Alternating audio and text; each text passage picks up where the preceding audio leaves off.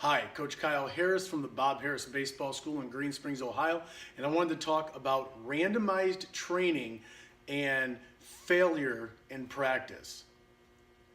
The game of baseball is designed around failure. Everybody's heard the old cliches, failing 7 out of 10 times takes you to the Hall of Fame.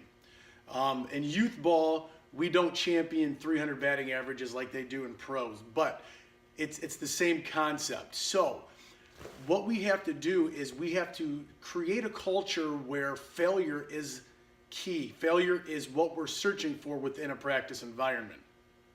Whether your goal is to be good at youth ball, high school ball, go to college, or eventually go to the pros, we have to figure out what kind of environment we need to create as a coach, parent, or as we get older as a player to optimize our abilities to perform in games.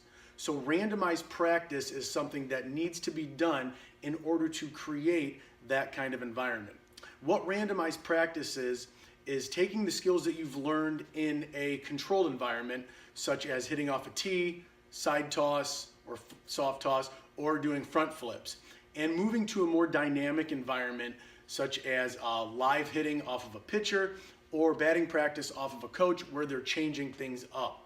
Another example that's a little bit more controlled but is a great way is to use something like a pitching machine.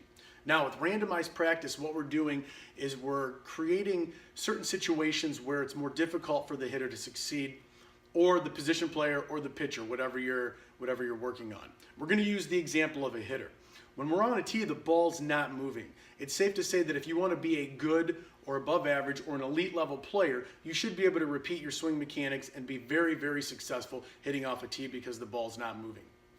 Once you can do that, we need to randomize the situation or randomize the environment so that we're trying to create failure. Practice in a situation that's just as hard or harder than your games, and that will have carryover to your success level within the game. One of the ways you can do this easily is by using things like plyo balls or ballistic balls. Using different weighted balls during front toss or side toss will really help the athlete find the barrel of the ball. If you mishit those types of balls, they go nowhere. So that's an excellent way to increase kinesthetic sense or proprioception. Another way we can do that is using different weighted bats. We can use underload or overloads that really allow the player to feel and have to take a different weighted implement and move it through space and time a little bit differently. Elite hitters, it's shown, take these different weighted implements and these ballistic balls, and they're able to find the barrel relatively quickly. Well, when you take your youth athlete, your high school athlete, or your low-level hitter, they will not be able to do that. So this is a great way to get and develop feel you need to be a successful hitter. Another way to do this is by having your hitters hit against your pitchers. Do live at-bats as often as possible when the pitcher's arms are in shape to do that. And a third way that probably is more suitable for everybody is to use machines and vary the speed of it. So if you have the ability to have more than one pitching machine, what you can do is set one of them up for a curveball or a slider or a changeup, and one of them for a fastball. Now, a lot of people don't have the luxury to do that.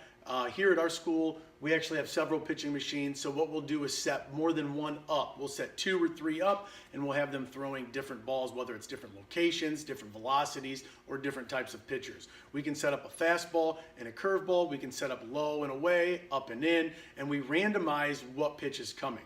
Fastball, fastball, changeup, curveball, fastball. We randomize it to make it a more difficult situation and environment for the hitter. Thus, they have to learn to adapt and adjust to what we are throwing in the pitching machine. Another way you can do that that's very simple if you only have one pitching machine is to set it up at a velocity that the hitter struggles hitting, and then set 3 different plates up. So you set it up, you set the plate up where the athlete can hit the ball sometimes or routinely. Then you set up another plate 5 to 7 feet behind that, and another plate 3 to 5 to 7 feet in front of that. So you can have plates every 3 to 5 feet. That's probably the best way to do it. And then they start in the middle, take a couple hats, and then randomly, you as the coach tell them to move back or move forward. Another great way to do this is set the machine up with one plate, and then you have your under or overloaded bats, and have them grab a different bat every swing, every other swing, every 3 swings, every 5 swings. So as you're starting this kind of training, what you might want to do is have your athlete take 5 swings at one plate or with one bat, then 5 swings with another, then 5 swings with the third. And then as they get better, then you move to 3 swings, then 1 swing, then you randomize it. Heavy, light, middle, heavy, middle, light. And then a third way, or an even more difficult way that we do this, is we have our over and underload bats with our normal bat, and then we use the 3-plate process. So we have a plate set up in the middle, a plate that's 3 to 5 feet behind it, a plate that's 3 to 5 feet in front of it, and then we have our bats.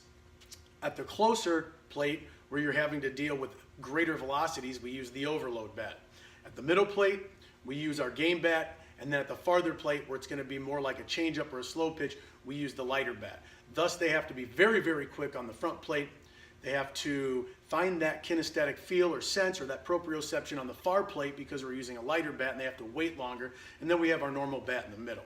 You're killing so many birds with one different stone here that it's just a great way to train and optimize your environment, to randomize it, and to create a situation where the athletes have to deal with failure. So not only are we preparing the athletes to have a better reactionary time, improved timing mechanisms as well, we're training with constraints, so we're going to increase bat speed with the weighted and overload and underweighted bats, and we're also just creating an environment that helps us prepare mentally for failure so we can handle that in a greater capacity within our games. So I hope you guys enjoyed this video. Be sure to follow us at HossJob or at Bob Harris Base 1 on Twitter. You can find us on Facebook as well at the Bob Harris Baseball School. Thank you.